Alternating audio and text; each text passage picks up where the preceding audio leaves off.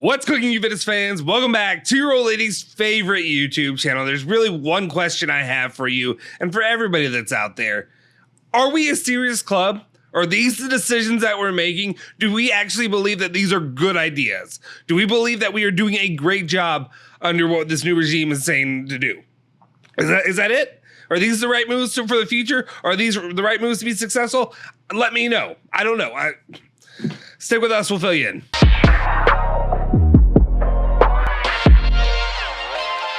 Ciao ragazzi, welcome back to the Bianconeri Zone. My name is Justin Sofro. Today, it is Thursday, August 10th, 2023. Of course, I got your latest rundown of all things Juventus, all the news you care about each and every single day. Before we do anything though, do me a solid favor, smash that like button, hit the subscribe button, hit that bell icon to stay notified for all of our latest videos. And without any further ado, let's just get into this thing. So obviously, we have some updates when it comes to sales going on for Juventus, who's getting out of the club. But of course, they want to try to bring in players. They're telling us that, you know, we can't buy anybody. You can't buy them. You can't buy a player until you make sales. Okay, sure, whatever, fine.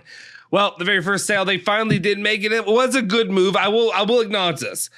It was a really good move. First up, Fabrizio Romano was talking about Zakaria is being sold to Monaco. Here we go. Agreement in place with Juventus for 20 million euros, fixed fee plus important sales on the clause. Agreement sealed also with Zakaria on personal terms, now on his way to the medical test. Juve have a huge percentage on future sale. Great, we'll get 5 million euros down the line.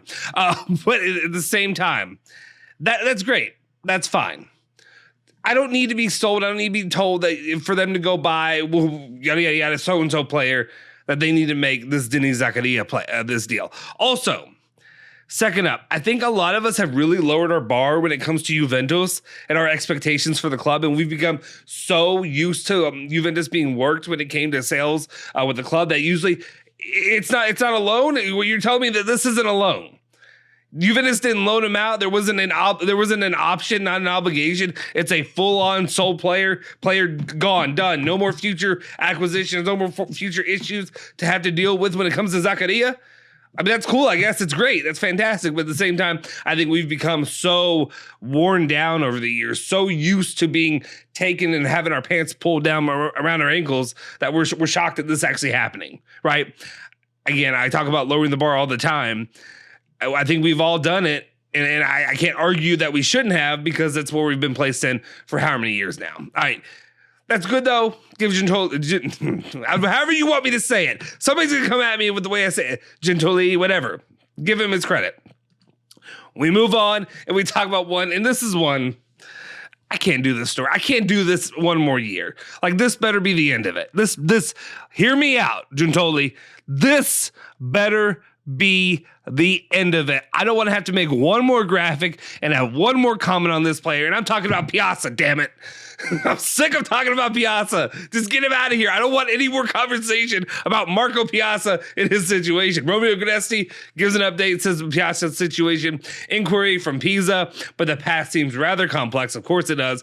On the table, there are two offers from Turkey and the possibility of Ludogorets, a permanent move. I don't care. I don't care who takes him. Just take him. Take him, relieve me from this hellhole that I've been in about talking about Marco Pjaca year after year after year. Just somebody relieve me. That's all I ask for. Come on. All right, moving forward here. This probably is the crux of what set me off. This news story right here. This is probably it. And the moves, the decisions the club makes. And I can understand a player can have a little bit of a turnaround. When I say a turnaround, I mean like he can give a better performance than he did a year past or so ago. That doesn't mean you need to continue on and really dive into this player, especially as he's getting older and older.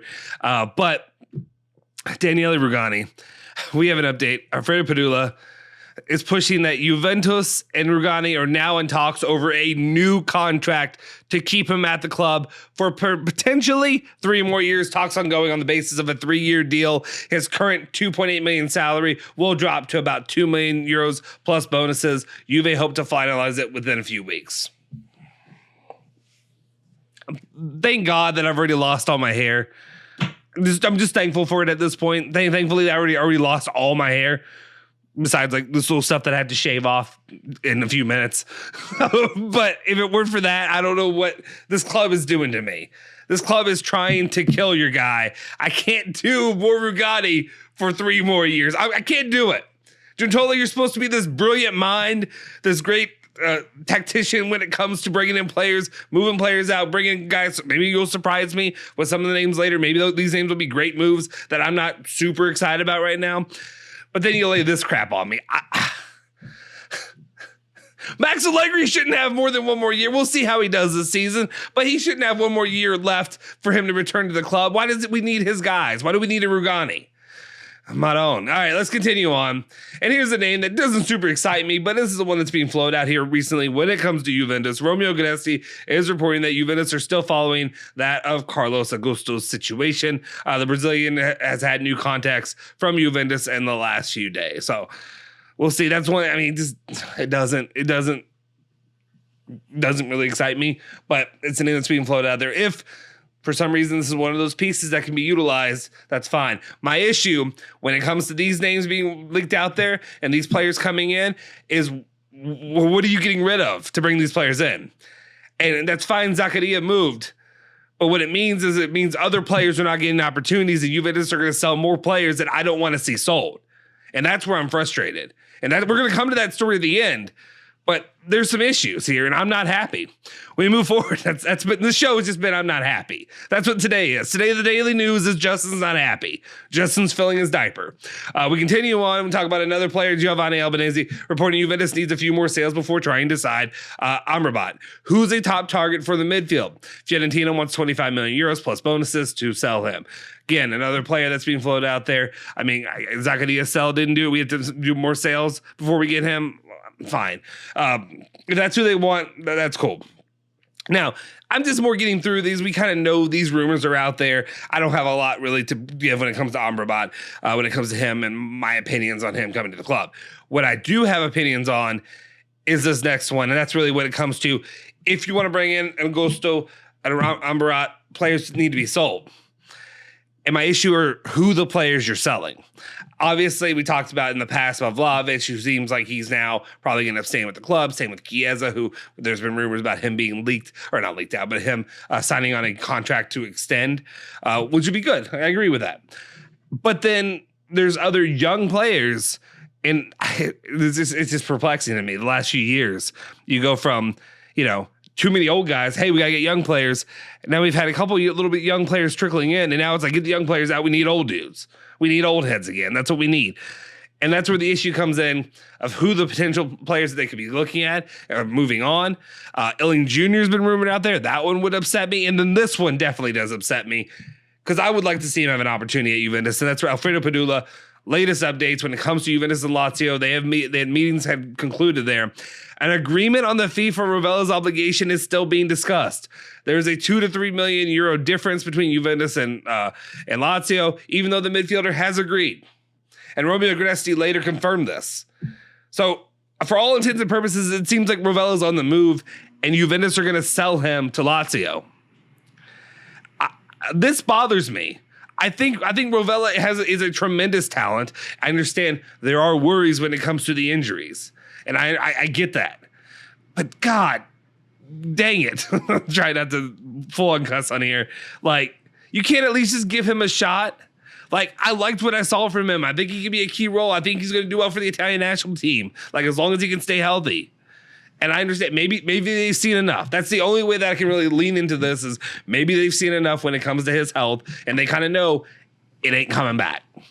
He's not going to be good to go moving forward in the future. If that's what it is, okay, then maybe I'll sit, a year or two down the road and be like, all right, this makes sense. It sucks. It was literally pulling, it was pulling teeth for me personally. But if he goes to Lazio and he balls out, God, I'm going to be upset. I'm going to be upset. So that's the situation there. We've had that kind of confirmed, though, like I said, from Romeo Gnesti. And then also, latest things right before I was going to film this, Lazio reports between Lazio and Juventus have kind of broken down when it came to the situation with Luca Pellegrini. Supposedly, I think Lazio had fudged the numbers a little bit and changed it in their latest deal, where they had given a little bit less money obligation to that purchase. So Juventus was not happy. I think, and then they continue to say intermediaries are working together to try to make this deal come back to fruition. So we'll see. We'll keep you updated every stretch of the way as all this stuff unfolds. If you haven't already, guys, that's what I have for the news. So if you haven't already, smash that like button, hit the subscribe button, hit that bell icon, stay notified for all of our latest videos. Let me know your thoughts in the comment section down below. If you want to, follow me on social media, Twitter, Instagram, stuff like that, at Justin Sofro. And of course, you can follow Bianconeri Zone at Bianconeri Zone, Twitter, Instagram, Facebook, all that good stuff. I'll see you guys next time. Forza Juve, Forza Bianconeri. Say hello to the old lady for me.